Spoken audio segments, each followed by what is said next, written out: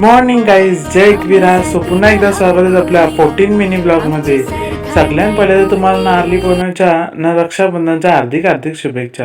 जसं की तुम्हाला माहिती आहे, पहिलेची लोक ज्योती लावत लावत मंदिरात जायची ना मग तिथचे दर्शन घेऊन घरा यायची. तसंच आम्ही पण विचार केला आहे यावर्षी ही प्रथा आपण पण फॉलो करावी. मग नंतर आम्ही पण आज नारळी पौर्णिमा होती तर देवीला शृंगार आणि महाअभिषेक करणार होतो.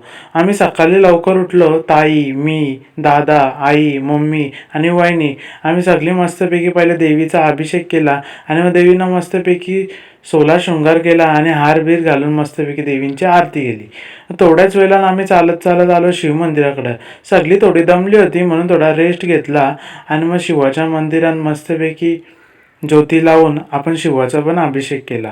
अभिषेक करून आपण घरी आलो, मस्तपैकी नवीन कपडे घातले आणि रेडी झालो. तेवढ्या मम्मी तर चल जरा फुल मार्केटला जाऊन ये. मी म्हणलं चल. मग तिच्या गेलो तर मम्मीने गजरेवालीला गाठली. तर गजरेवाली पण आज भाव खात होती. मम्मी तर जाऊ देस, चल घरी आलो, मस्तपैकी देव सजून घेतलं आणि मग नंतर मम्मी बोलली बोलता आज नारळ पण सोडायचं आहे आपल्याला. मग मस्तपैकी नारळ सोन्याच्या कागदाने सजून घेतला. कारण कोळी लोकांचा ह्यो जीवन दर्यासागरावर अवलंबून असतं. खोल दर्यामध्ये जाऊन कोळी लोक मासेमारी करतात. त्यांच्या पाठीशी एकवीर आई कायम उभी असतं. म्हणून आपण आज एकवीर आईची पण पूजा केली. गाईज, कसा वाटला ब्लॉग नक्की सांगा. बाय.